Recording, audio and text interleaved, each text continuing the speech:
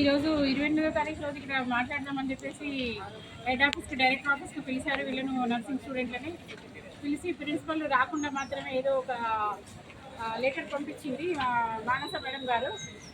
అయితే ఈ లెటర్లో పిల్లలందరూ బయట ఉన్నారు. బయట ఉంటే ఆమె దగ్గర ఉన్నట్టు క్రియేట్ చేసి ఫోర్జరీ సంతకాలు పెట్టి పంపించింది. మరి మోసం ఇంకెన్ని రోజులు మోసం చేసే పిల్లల్ని నర్సింగ్లో స్టూడెంట్ ఇప్పుడు ఉన్నారు. జిఎన్ఎం పిల్లలు అయితే ఎవరైతే ఫస్ట్ ఇయర్ వాళ్ళు ఉన్నారో వాళ్ళు గత నెల రోజులుగా వాళ్ళు బయట తిరుగుతున్నారు. వాళ్ళు మహిళా కమిషన్లో వేయడం జరిగింది.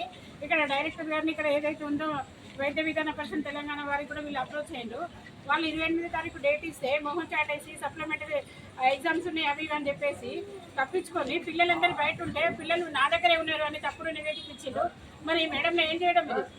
ఈమె ఇట్లా తప్పుడు సమాచారం పిల్లలందరూ బయటనే ఉన్నారు, పిల్లలు లోపల ఉన్నారు అని చెప్పేసి ఫోర్జరీ సంతకం చేసింది. ఇదంతా మీరు అందరూ గమనించాలి మీడియా మిత్రులు.